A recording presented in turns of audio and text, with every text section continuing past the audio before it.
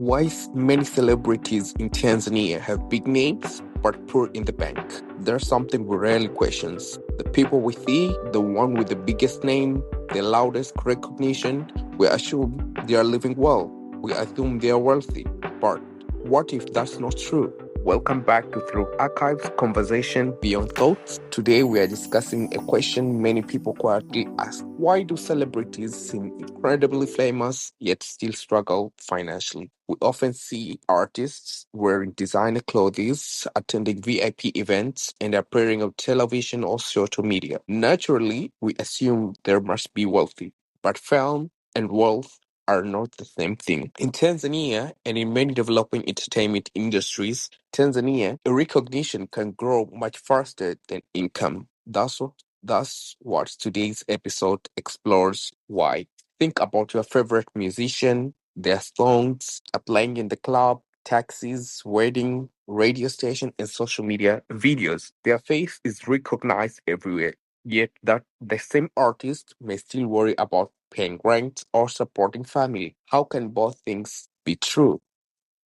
First of all, I would say in terms it comes up to irregular income. Irregular income, unlike salaried workers, entertainers rarely receive predictable monthly income. One month may include several concerts, endorsements, or appearances. The next month may bring almost nothing. Delayed payments, cancelled show, and seasonal demand create uncertainty. Even successful artists can experience long period without major earning. So it's not like already like a corporation or a conglomerate kind of business that generate money every day. So irregular income is really a pivotal moment in an artist or creator kind of things. You really need to plan your life accordingly to your income because your incomes come at irregular interval. Secondly, we can say also on royalties and ownership. Another major challenges is royalties, especially in the developing and growing entertainment industries. For here, we can talk about in Tanzania itself. When royalty systems are weak or inefficient, creators do not always receive fair compensation every time their work is used. Some artists also sign contract without fully understanding ownership rights, meaning that they don't really control their masters or publishing.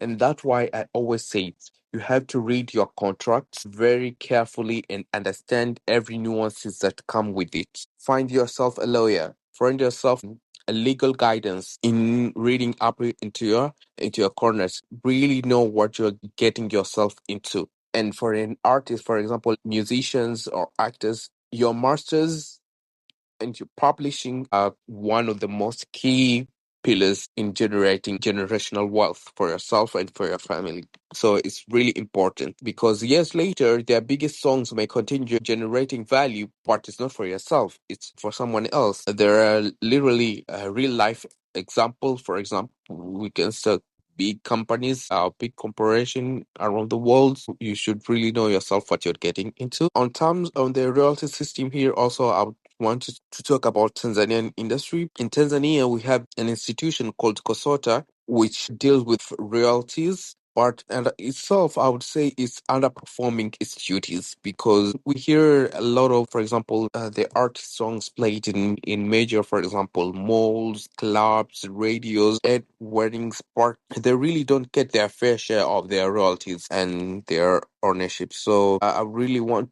COSOTA and its institution to really pull up the socks on these. You can imagine an artist, especially the underground artist. Your songs is everywhere in the club, radios, weddings, as I mentioned. But every time that song plays, they earn nothing because the system doesn't always pay them back. More on that, I would say also the financial literacy, money management part is just as making money. And to be fair or to be realistic, most of in many of these developing countries don't have financial literacy because of nature of our societies. Our parents didn't teach most of us about finances and how to not only make money but just also how to deal with finances. So during period of success, it's easy to believe that the income will continue forever. But if you do not have a strategy, you don't have goals, income will never be the same as you are at the peak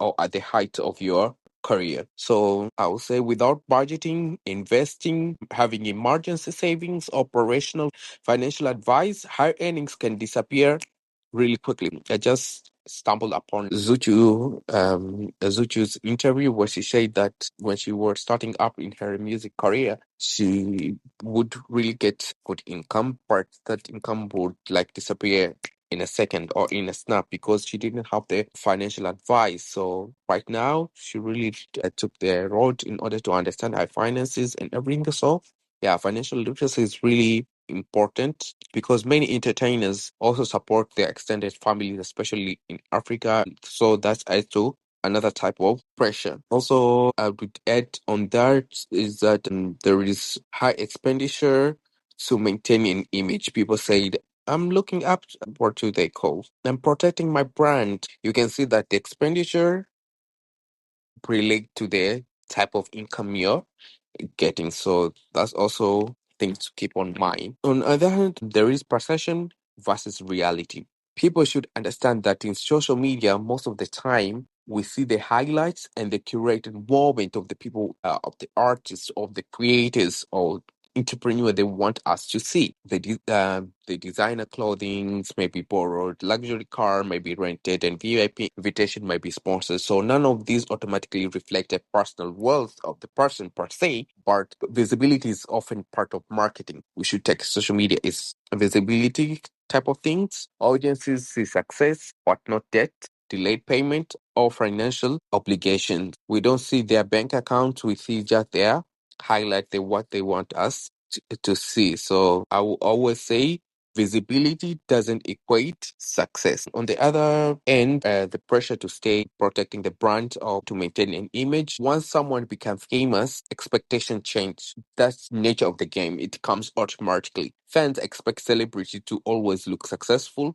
That pressure can encourage unnecessary spending simply to protect a public image. Eventually, appearances becomes expensive and maintaining the brands costs more than the income it generates, especially in many places, especially in Tanzania. Fame moves faster than the money. Someone can become a household name overnight, but the system behind that fame, they are not always built to sustain wealth. This includes, as I said, payment delays, opportunities fluctuate, and sometimes the money just doesn't match the attention. So the fame pressure, pressure to look successful, pressure to maintain an image, and pressure to never look like you are struggling. Even when you are struggling, people start spending to protect a version of themselves that may never even be real anymore. And lastly, I would say the industry structure in itself, the entertainment ecosystem also matters here, especially in developing entertainment industries.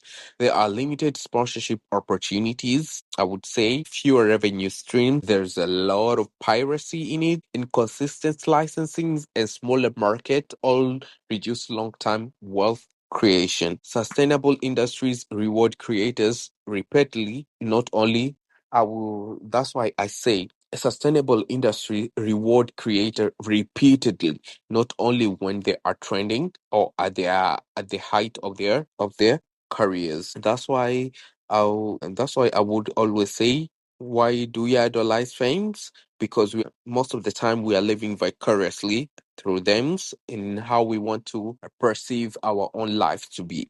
And the other things we equate success with appearances. Perhaps the question itself isn't why famous people become broke. Perhaps the better question is why society automatically equates fame with wealth.